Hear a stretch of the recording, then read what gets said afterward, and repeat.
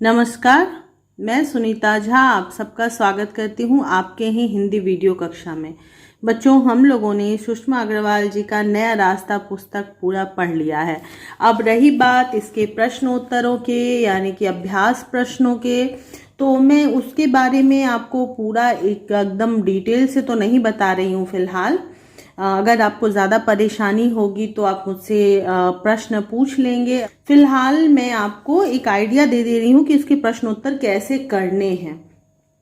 तो जैसे कि आप देख रहे हैं कि एक गद्यांश दिया हुआ है, उसी कहानी का एक टुकड़ा दिया हुआ है और उससे यहाँ पे कुछ प्रश्न आपको लिखने हैं। जैसे दूसरे दिन प्रातः होते ही दयाराम जी के घर में मेहमानों के स्वागत के लिए विभिन्न प्रकार की तैयारियां प्रारंभ हो गई थी। घर की सारी चीजें झाड़ पोंछ कर यथास्थान लगा दी गई थी।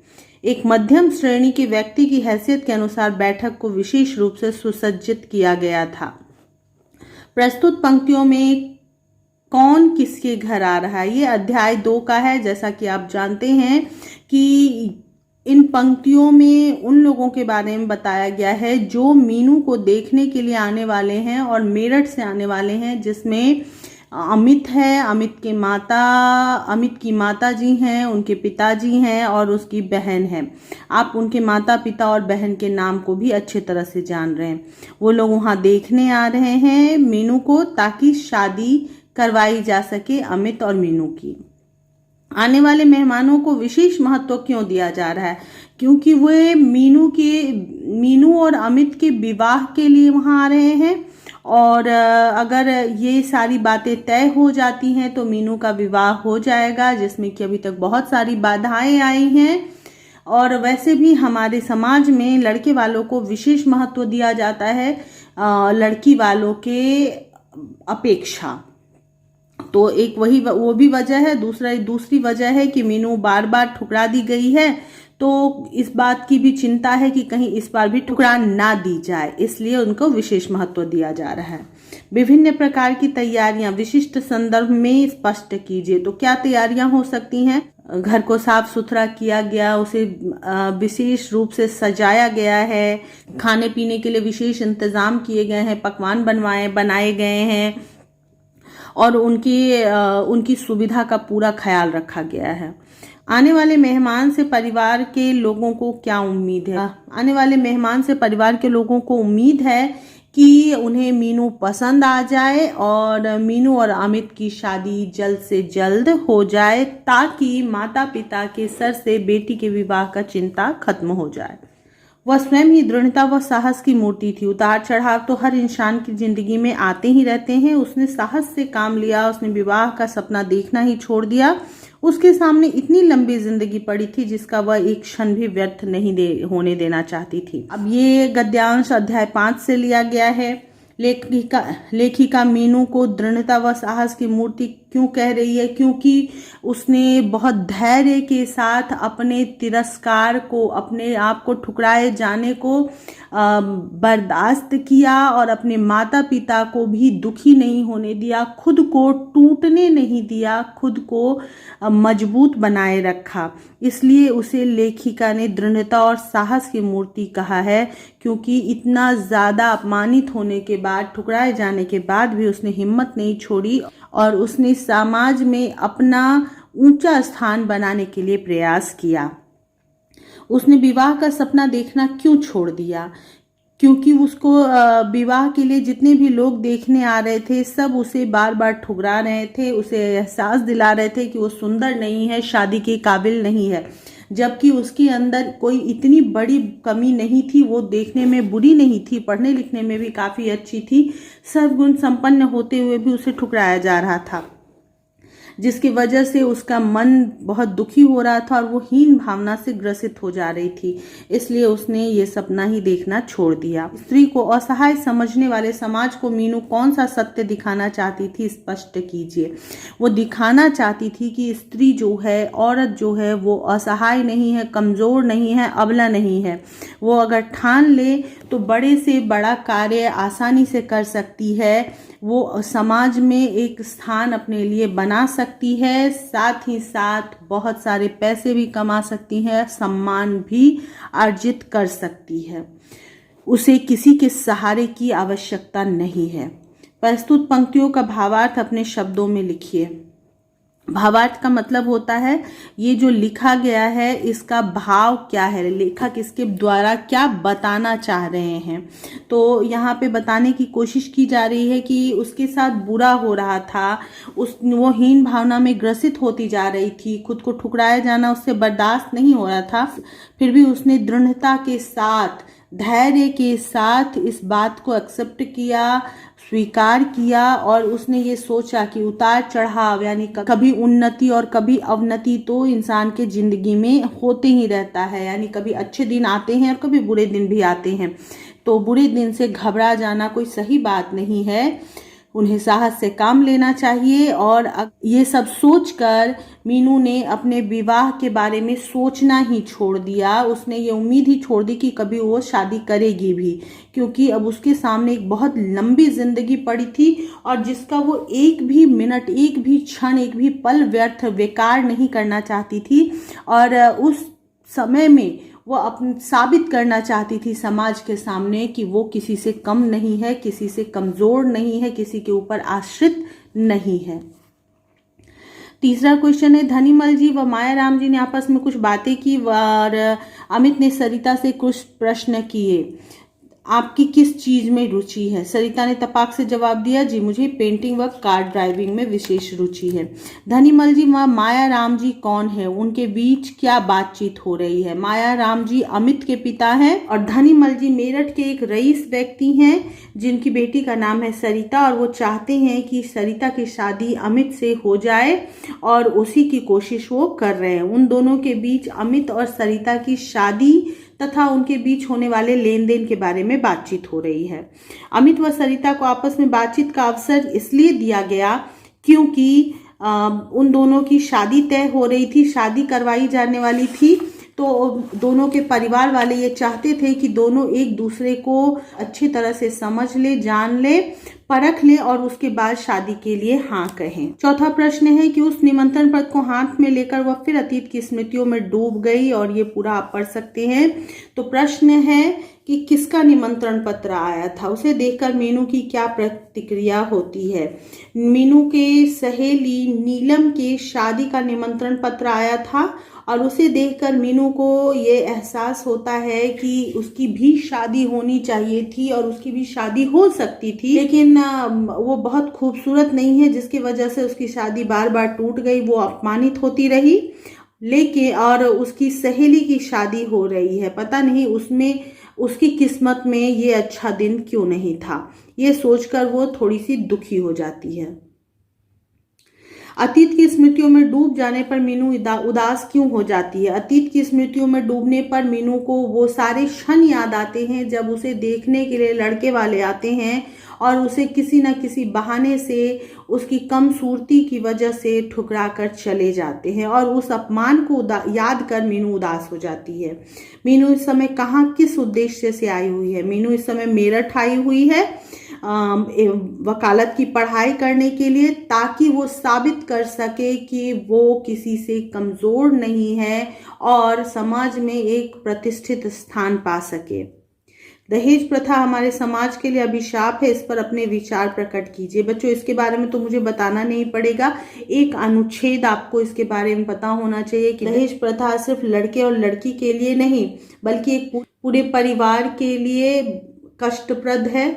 जब लड़की वाले बहुत ज़्यादा अमीर नहीं होते हैं तो वो पाई पाई जमा करते हैं अपनी लड़की की शादी के लिए, और फिर भी जब लड़के वाले ऐसा कहते हैं कि हमें मिला ही क्या, तो वो चीज़ लड़की वालों को बहुत ज़्यादा तकलीफ पहुंचाते हैं। वो अपने बेटी की खुशी के लिए कर्जा लेकर या किसी भी तरह से कोशिश करते हैं कि उसकी शादी धूमधाम से हो, फिर भी वो खुश उसे नहीं देख पाते हैं। तो इस पीड़ा में पूरा परिवार तकलीफ झेलता है। तभी बारात में आए एक नवयुवक ने उसकी आवाज़ की प्रशंसा करते हुए कहा, आपकी आवाज़ बहुत मधुर है। पर उसके हृदय में कोई प्रसन्नता की अनुभूति नहीं हुई, वरन उसका हृदय पीड़ा से अकुला उठा। ये अध्याय 9 से लिया गया है ये गद्यांश। क्वेश्चन नंबर 5 के लिए, नवयुवक कौन है? नवयुवक अमित है। उसका परिचय देना है आपको, तो उसके बारे में आप लिखेंगे कि जो कि माया राम जी का बेटा है और मेरठ में रहता है, उसका अपना कारोबार है और कुछ समय पहले वो मीनू को देखने के लिए मीरापुर आया था और उसके विचार से, उसके व्यवहार से ऐसा लगा था कि वो मीनू को पसंद करता है, लेकिन उसने मीनू को ठुकरा दिया था। ठीक है। मीनू उस नवयुवक को देखकर चौंक क्यों गए? क्योंकि वो वही नवयुवक था जो जो कुछ दिन पहले मीनू को देखने आया था और पहले तो पसंद करके गए थे, लेकिन बाद में किसी वजह से ठुकरा दिया गया। फिर उसकी छोटी बहन का रिश्ता आया। जब वो रिश्ता तय करने के लिए उसके पिता वहां जाते हैं तो उन्हें पता चलता है कि उन लोगों ने रूप या किसी और कारण से मीनू को नहीं ठुकराया, बल्कि इसका कारण था पैसा और दहेज। इस वजह से वो उसे अचानक वहां देखकर चौंक गई। मीनू उसके मुंह से अपनी प्रशंसा सुनकर कुछ खुश क्यों नहीं हुई? मीनू खुश इसलिए नहीं हो पाई क्योंकि वो अमित को देखकर पहले तो आश्चर्यचकित हो जाती है, फिर उसके मन के अंदर से घृणा उत्पन्न होती है उसके तथा उसके परिवार वालों के छोटे विचार को देखकर।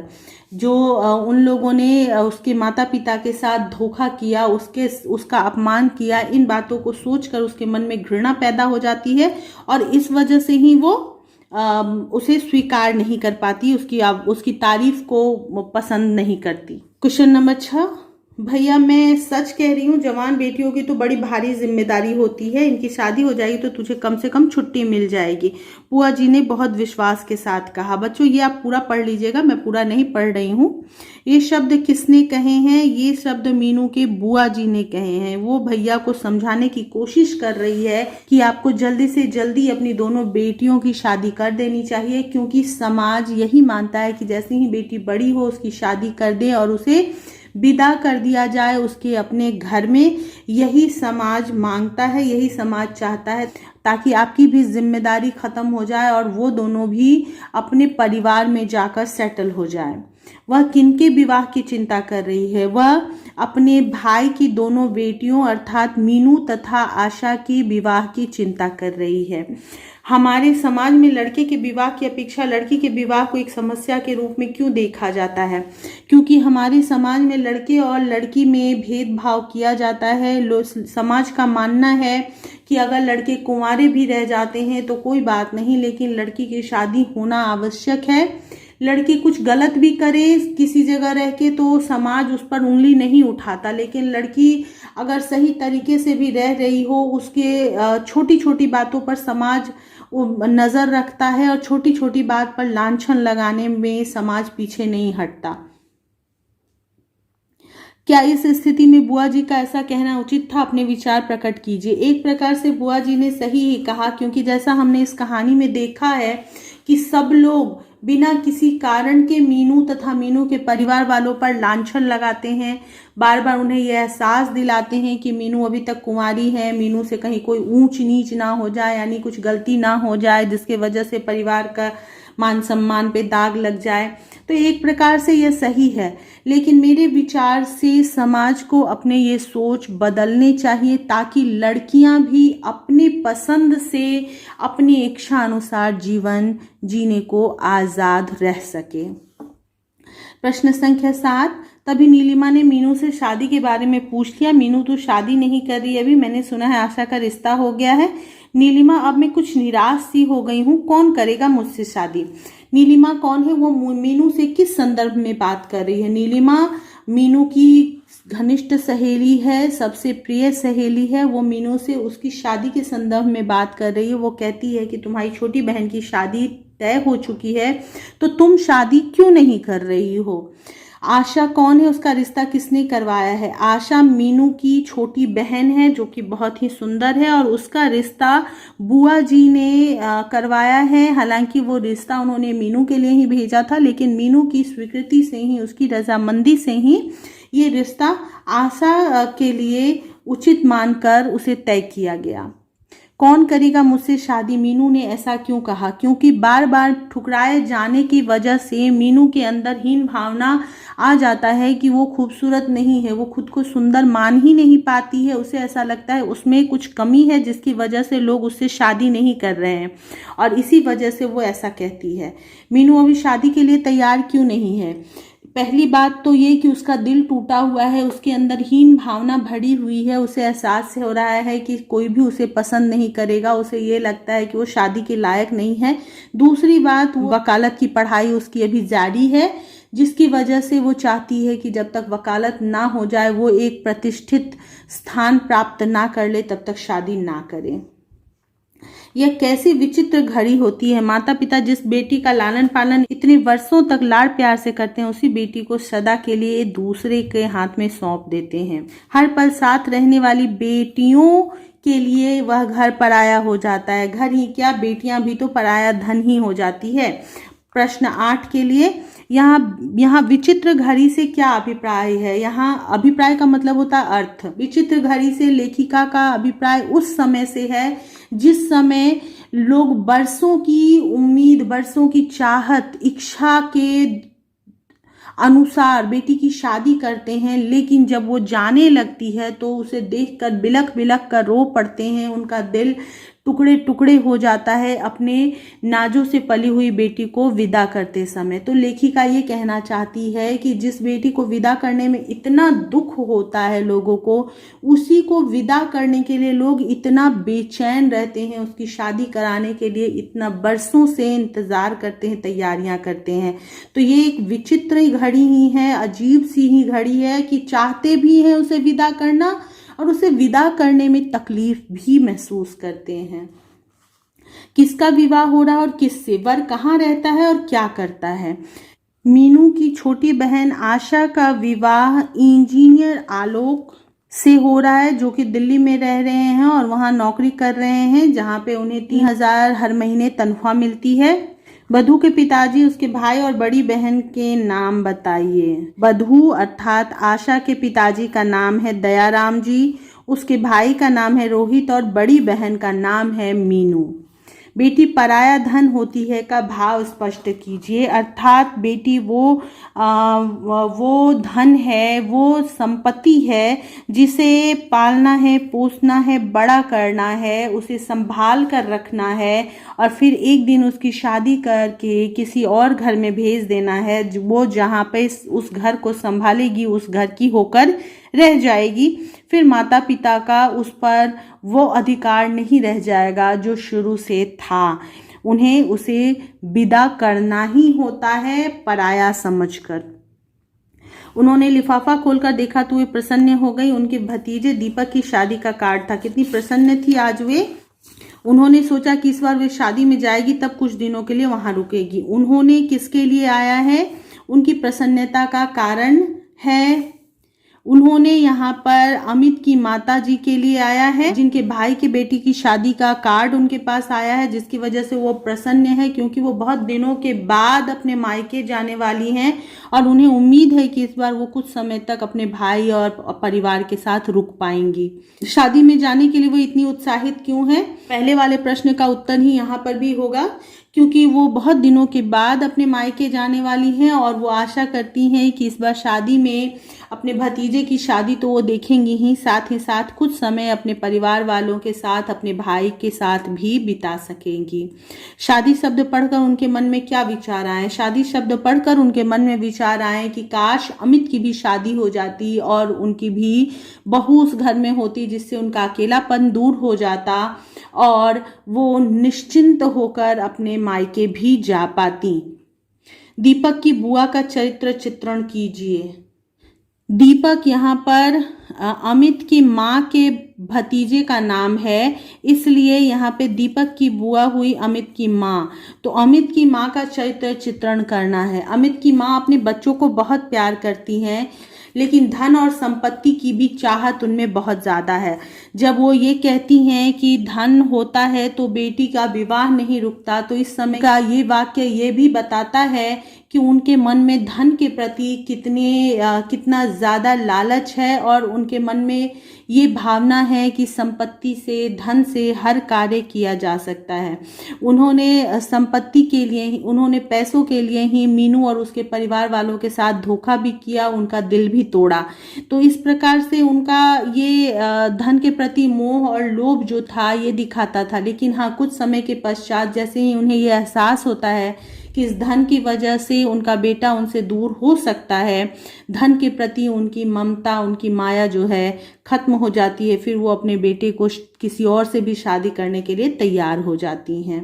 साथ ही साथ वो अपने गलती को स्वीकार भी करती हैं और क्षमा भी मांगती हैं मीनू से, जिस बात से पता चलता है कि उन्हें अपने किए पर पश्चाताप भी है। 10वां प्रश्न है, 1 घंटे का समय कहाँ व्यतीत करे उसकी समझ में नहीं आ रहा था। एक एक पल काटना कठिन हो रहा था। कौन किसका इंतजार कर रहा है और कहाँ? मीनू इंतजार कर रही है अमित से मिलने का, क्योंकि वो एक अस्पताल में भर्ती है और वहाँ पे 10 बजे से पहले मिलने नहीं दिया जाता है। तो इसीलिए वो अस्पताल के बाहर खड़े होकर 10 बजने का इंतजार कर रही है। उसे यह समय बहुत लंबा क्यों लग रहा था? क्योंकि वो अमित से मिलने के लिए बहुत बेचैन थी, व्यग्र थी। वो उसकी हालत देखना चाहती थी, साथ ही वो चाहती थी कि वो अमित से मिलकर कुछ समय तक बातें कर सके। और ऐसे में वहाँ पर उसे 1 घंटे तक इंतज़ार करना था। तो इंतज़ार करना उसके लिए बहुत कठिन लग रहा था। इस इंतजार का वास्तविक उद्देश्य क्या था? अमित एक दुर्घटना में घायल हो गया था और उसके हाथ पैरों की हड्डियां बहुत ज़्यादा टूट गई थी। ऐसा मीनू की सहेली नीलम ने मीनू को बताया था, जिसकी वजह से मीनू बहुत ज़्यादा चिंतित हो गई थी अमित के स्वास्थ्य को लेकर। साथ ही साथ अमित के प्रति जो उसके मन में घृणा का भाव था वो भी खत्म हो चुका था और एक लगाव उत्पन्न होता जा रहा था, जिसकी वजह से वो उसे देखने के लिए और इंतजार नहीं कर पा रही थी। यह कथन किस परिप्रेक्ष्य में कहा गया है?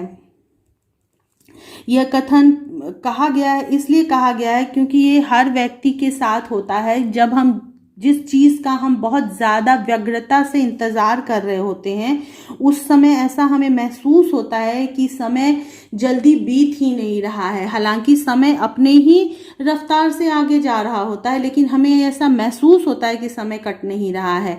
बिल्कुल उसी तरह मीनू घायल अमित को देखने के लिए बेचैन हो रही थी, उससे मिलने के लिए, बातें करने के लिए व्यग्र थी और उसे 1 घंटे का इंतज़ार करना पड़ रहा था, जो उसके लिए बहुत कठिन महसूस हो रहा था उसे। प्रश्न 11, परंतु दूसरे ही क्षण मीनू के कदम अस्पताल की ओर बढ़ चले।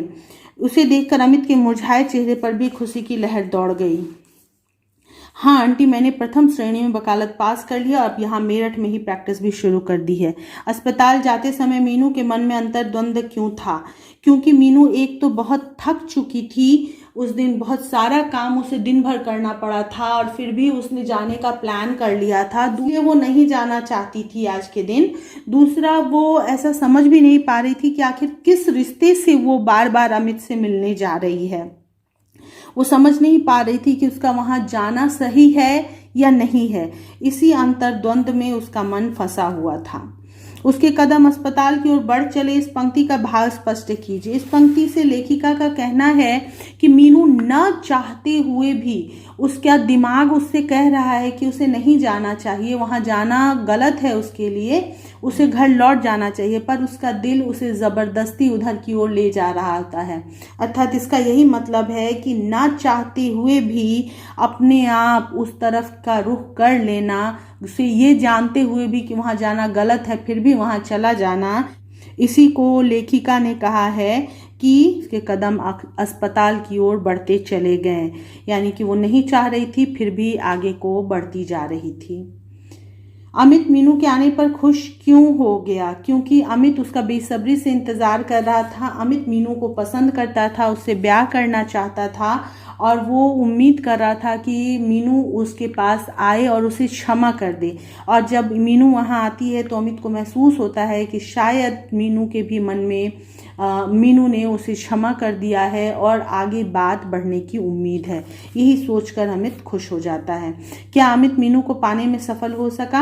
हाँ, अमित मीनू को पाने में सफल हो सका, क्योंकि मीनू ये बात जान गई थी कि जो भी हुआ था यानी उनके साथ जो धोखा या छल हुआ था उसमें अमित की कोई गलती नहीं थी। हाँ, वो मना नहीं कर पाया था, बस इतनी सी उसकी गलती थी जिसकी वजह से उसे इतनी बड़ी सज़ा नहीं मिलनी चाहिए। उसने बरसों उसका इंतज़ार किया और यही सब सोचकर मीनू ने उसे क्षमा कर दिया और उससे शादी करने को तैयार हो गई। वह समझ नहीं पा रही थी कि हमारे समाज में स्त्री व पुरुष में इतना भेद क्यों, फिर भी समाज उस पर दोषारोपण करता है। किसकी बातें सुनकर वक्ता इतनी परेशान है। वक्ता अर्थात मीनू जब वापस घर जा रही होती है मीरापुर, तो बस में उसे उसके पड़ोस की एक मौसी और दूसरी एक औरत मिलती है जो आपस में बात कर रही होती है। मीनू के अकेले रहने पर सवाल उठा रही होती है। उन्हीं की बातें सुनकर मीनू परेशान हो जाती है।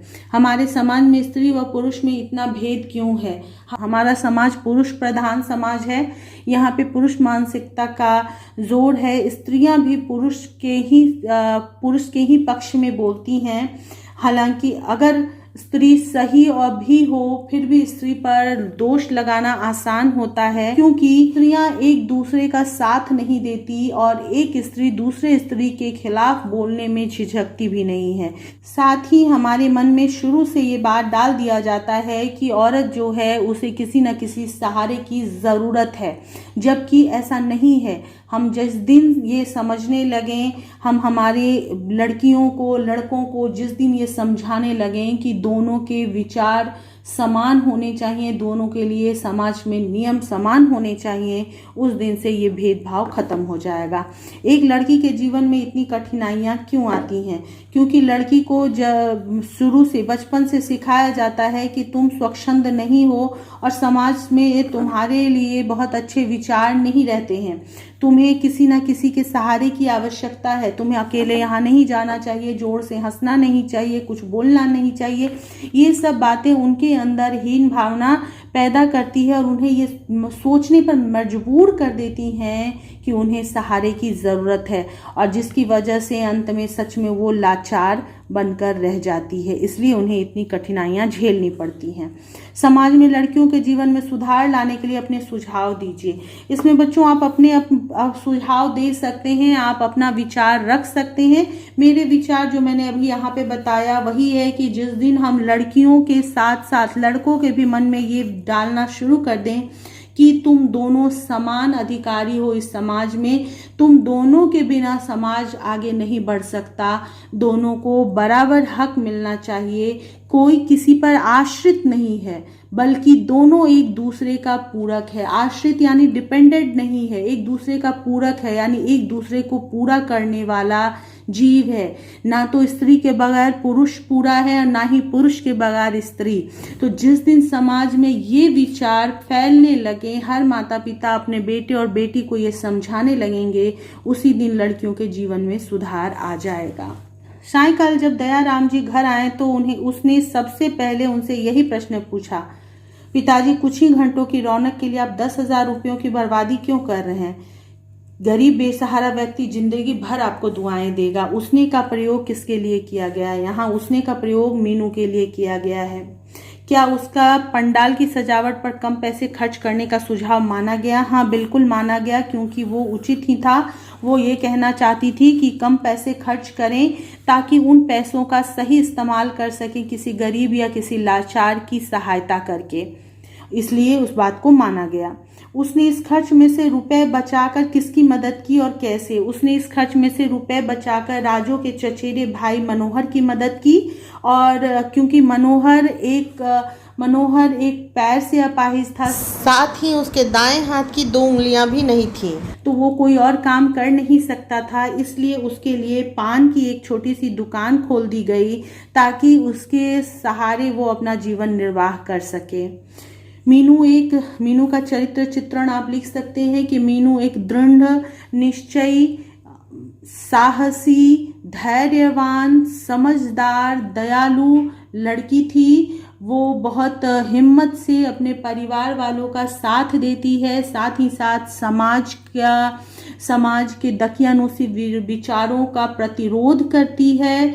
अपने आप को उस प्रतिष्ठित स्थान तक पहुंचाने के लिए बहुत से संघर्ष भी करती है। अंत में उसका दया से भरा हुआ दिल भी नजर आता है जब वो मनोहर की सहायता करती है। प्रश्न 14, मीनू दुल्हन बनी, उसकी डोली सजी और अपने पिया संग ससुराल को चल दी। आज वह अपनी उस मंजिल तक पहुंच चुकी थी जिसकी उसे तलाश थी। प्रस्तुत पंक्तियां किस उपन्यास से ली गई है? लेखिका का नाम तथा उनके बारे में 5 पंक्तियां लिखिए। तो प्रस्तुत पंक्तियां नया रास्ता उपन्यास से ली गई है। इस उपन्यास के लेखिका का नाम है सुषमा अग्रवाल और उनके बारे में 5 पंक्तियां आप यहाँ से देखकर लिख सकते हैं कि उनका जन्म 21 जुलाई 1953 में हुआ था। वो एमए अंग्रेजी साहित्य एवं एमए समाजशास्त्र, साथ ही बीएड भी कर चुकी थी। वो आकाशवाणी में भी वो 35 वर्षों तक कहानियों का प्रसारण करती रहीं। वो दहेज के खिलाफ थी, साथ ही साथ और उनके लेखन से ये पता चलता है कि समाज में औरतों की जो स्थिति है वो भी उनके लिए असहनीय है और उसको बदलना चाहती हैं। तो ये चीज़ें आप उनके बारे में लिख सकते हैं। विशेष ख्याति से क्या तात्पर्य है? विशेष ख्याति का मतलब होता है खास उपलब्धि, खास प्रसिद्धि प्राप्त करना। आज वो अपनी उस मंजिल तक पहुंच चुकी थी जिसकी उसे तलाश थी। इस पंक्ति का भाव स्पष्ट कीजिए। इस पंक्ति के द्वारा लेखिका बताना चाहती है कि मीनू ने जो संकल्प लिया था कि उसे एक ऐसा प्रतिष्ठित स्थान प्राप्त करना है और इतने पैसे कमाने हैं कि कोई उसे अपना आश्रित ना समझे और सब उसका सम्मान करे, तो आज वो पैसे भी अच्छे खासे कमा रही है और साथ ही साथ एक प्रतिष्ठित वकील है मेरठ की, उसका सब लोग सम्मान भी करते हैं। यानी उसने अपनी दृढ़ प्रतिज्ञा से और लगन से उस जगह को प्राप्त कर लिया, उस लक्ष्य को प्राप्त कर लिया जो वह ढूंढ रही थी, जिसे वो पाना चाहती थी। लेखिका ने इस उपन्यास में क्या संदेश दिया है? लेखिका ने इस उपन्यास में संदेश दिया है कि रूप बहुत बड़ा चीज नहीं होता है, गुण ही जो है वही सब कुछ होता है। रूप तो भगवान ने दिया है, उसने जिसको जैसा दे दिया है उसे ही स्वीकार करना इंसान का कर्तव्य है, लेकिन अपने गुणों को हमेशा आगे की ओर बढ़ाते रहना, विकसित करना आवश्यक है। साथ ही साथ उन्होंने ये भी बताया है कि दहेज प्रथा या रूप के आधार पर किसी को तौलना किसी के मन को किस प्रकार से आहत कर सकता है, कितना तकलीफ पहुंचा सकता है। तो ये छोटे विचार समाज को त्याग देने चाहिए।